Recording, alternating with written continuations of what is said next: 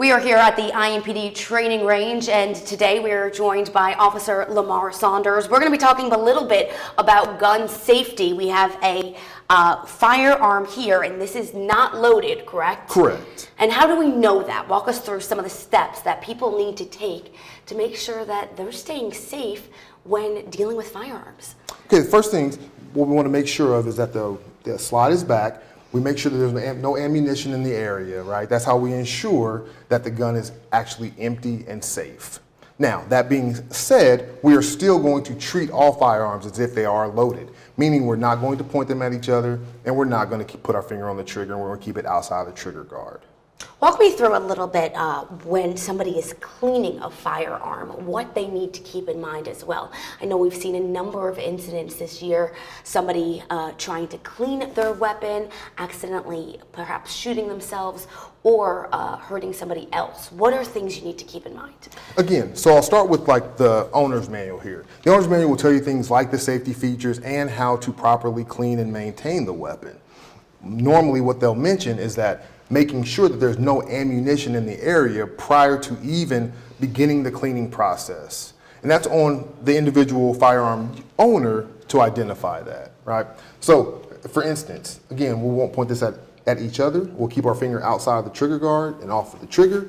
As I look down in here, I can see an empty magazine well and an empty chamber. That lets me know that there is no ammunition in the firearm. I also examine the magazines to make sure that I see what we're going to call here the followers and make sure those are exposed and visible. I'm going to examine the area and make sure there's no ammunition in the area that can, by some chance, get into the firearm. So those are steps that I go through and I suggest other people go through to make sure that the weapon is in fact safe, clear, and empty. All right, sir, now that the firearm is clear, it's time to lock it up, right? Yeah, absolutely. Okay, so walk me through this process because you said it is super easy and simple to do. Yes, what we have here is a standard gun lock, right? It's very, very similar to a bike lock. I'll hand this to you. Okay, great. You'll take this in here and run it through and down through the magazine well. Okay, and we should mention these gun locks, they're actually provided by the Marion County Sheriff's Office, and they're available for free at no cost at Indianapolis Public Libraries. And so what, I'm just gonna kind of push this in here? You can just turn the key. Oh.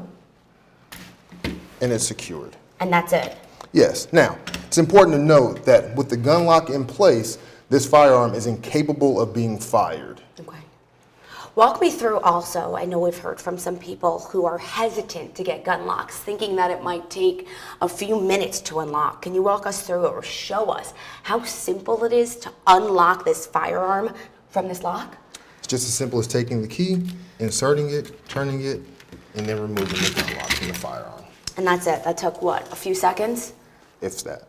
So now that our firearm is in fact locked up, we want to secure it in, say, another device. What can we use? So there are several options. For instance, you have these types of safes you can put the firearm in. Some of the safes accommodate one firearm. Some of them can accommodate multiple firearms. If in fact you were wanting to use, or if you wanted to use the gun lock in conjunction with the safe, you'd have to make sure you had a safe that would accommodate both, as we have here. Looks like all of these safes that you can use a key just to open it. This one, though, it seems you could do, or you have the option of using a code. Absolutely. That one gives you the option of the key and or a code that you can program yourself. And this is something you could either have in your home, tucked away, but you could also probably put this in your vehicle as well, correct? Absolutely. The big thing about securing it in your vehicle is that if you can't put it in your trunk, right? If you don't have a trunk, these can afford you an opportunity to secure them. You can put them in the safe, put the safe somewhere out of sight from the general public. Some of these even come with hardware which will allow you to actually mount the safe to your vehicle through screws and or cables. So we're moving on to this table. Walk us through what we have here. Okay, what we have here are examples of how you can use the exact same gun lock we used earlier to make different styles of firearm incapable of being fired. And that means so people can lock these up at home, make sure that unsupervised kids, other people won't be able to access it? So with the revolver, you can use the safes we talked about earlier. With these larger firearms, you will probably need to, and you will need to purchase a larger safe. So our final question to you, what's your message to those who own firearms here in Indiana? I would just say the safe handling of a firearm is vital in preventing accidental shootings, the consequences of which are final. The safe storage of a firearm really comes down to what reasonable steps a person can take to deny access to unsupervised children or individuals who shouldn't have it. Finally, educate yourself, educate the people who live in your house with you. There are lots of nonprofit organizations that offer education and training, and I encourage you and anyone else to seek that out. Thank you, sir.